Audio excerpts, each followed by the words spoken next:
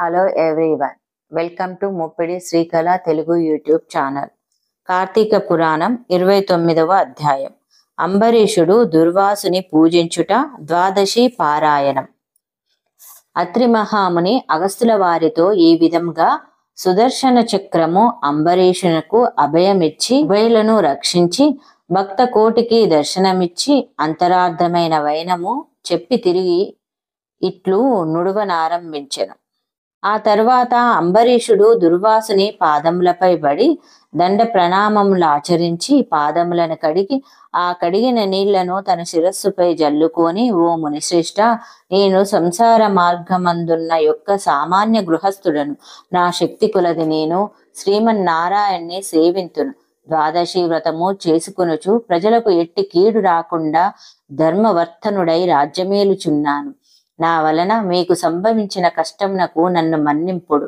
మీ ఎడల నాకు ఆ అమితమైన అనురాగముండుట చేతనే తమకు ఆతిథ్యం ఇవ్వవలేనని ఆహ్వానించదని. కాన నా ఆతిథ్యంను స్వీకరించి నన్నును నా వంశమును పావనము చేసి కృతార్థుని చెయ్యుడు. మీరు దయార్థ హృదయులు. ప్రథమ కోపముతో నన్ను శపించినను మరలా నా గృహమునకు విచ్చేసితిరి. నేను ధన్యుడనైతిని. మీ రాక వలన శ్రీ మహావిష్ణువు యొక్క సుదర్శనను చూచు భాగ్యము నాకు కలిగినది. అందులకు నేను మీ ఉపకారమును మరవలేకున్నాను బావ. నా మనసు సంతోషముచే మిమ్మిట్లు స్తుతింపవలెనో నా నోట పలుకులు రాకున్నవి. నా కండ్ల వెంట వచ్చు ఆనంద బాష్పములతో తమ పాదములు కడుగుచున్నాను. తమకు ఎంత సేవ చేసినను ఇంకనూ రుణపడి యుందును. కాన ఓ పుణ్యపురుష, నాకు మరలా నరజన్మ రాకుండా ఉండేటట్లు సదా మీ బోటి మునిశ్రేష్ఠుల యందును ఆ శ్రీమన్నారాయణ యందును మనస్సు గలవాడనై ఉండునట్లు నన్ను ఆశీర్వదించుడని ప్రార్థించి సహా పంక్తి భోజనమునకు దయచేయమని ఆహ్వానించెను. ఈ విధంగా తన పాదములపై బడి ప్రార్థించుచున్న అంబరీషుణ్ణి ఆశీర్వదించి, రాజా, ఎవరు ఎదుటివారు బాధను నివారణ గావించి ప్రాణములు కాపాడుదురో, ఎవరు శత్రువులకైనను శక్తి కొలది ఉపకారము చెయ్యుదురో అట్టి వారు తండ్రితో సమానమని ధర్మశాస్త్రములు తెలియచేయుచున్నవి. నీవు నాకు ఇష్టుడవు, తండ్రితో సమానుడవైనావు. నేను నీకు నమస్కరించినచో నాకంటే చిన్నవాడగుట వలన నీకు ఆయుక్షీణము కలుగును. అందుచేత నీకు నమస్కరించుట లేదు. నీవు కోరిన ఈ స్వల్ప కోరికను తప్పక నెరవేర్చెదను. పవిత్ర ఏకాదశి వ్రతనిష్ఠుడవగు నీకు మనస్తాపమును కలగజేసినందులకు వెంటనే నేను తగిన ప్రాయశ్చిత్తమును అనుభవించితిని.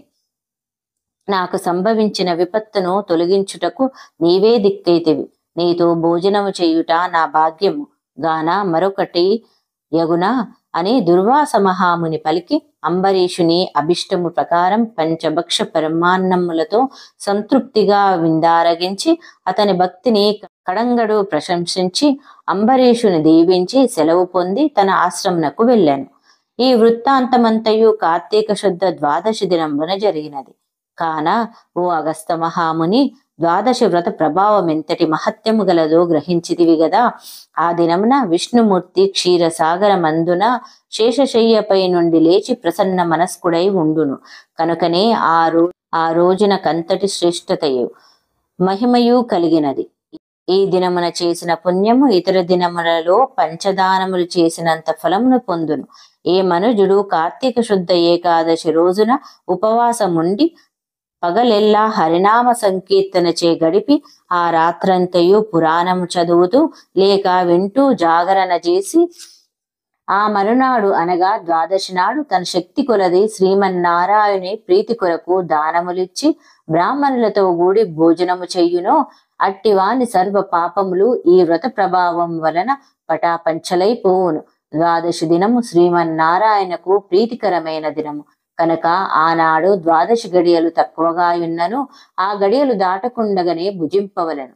ఎవరికైతే వైకుంఠంలో స్థిర నివాసం ఏర్పరచుకొని ఉండాలని కోరిక ఉండునో అట్టివారు ఏకాదశి వ్రతము ద్వాదశి వ్రతము రెండునూ చెయ్యవలను. ఏ ఒక్కటియు విడవకూడదు. శ్రీహరికి ప్రీతికరమగు కార్తీక శుద్ధ ద్వాదశి అన్ని విధములా శ్రేయస్కరమైనది. దాని ఫలితము గురించి ఎంత మాత్రము సంశయింపకూడదు.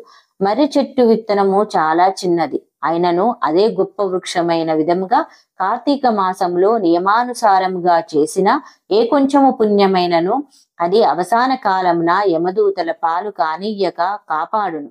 అందుకే ఈ కార్తీక మాస వ్రతము చేసి దేవతలేగాక సమస్త మానవులు తరించిరి. ఈ కథ ఎవరు చదివినను లేక వినను సకల ఐశ్వర్యములు సిద్ధించి సంతాన ప్రాప్తి కూడా కలుగును అని అత్రి మహాముని అగస్త్యునకు బోధించిరి. 29వ రోజు పారాయణం సమాప్తం. ఈ వీడియోను లైక్ చేయండి, షేర్ చేయండి, సబ్స్క్రైబ్ చేసుకొని పక్కనున్న బెల్ ఐకాన్ని క్లిక్ చేయండి.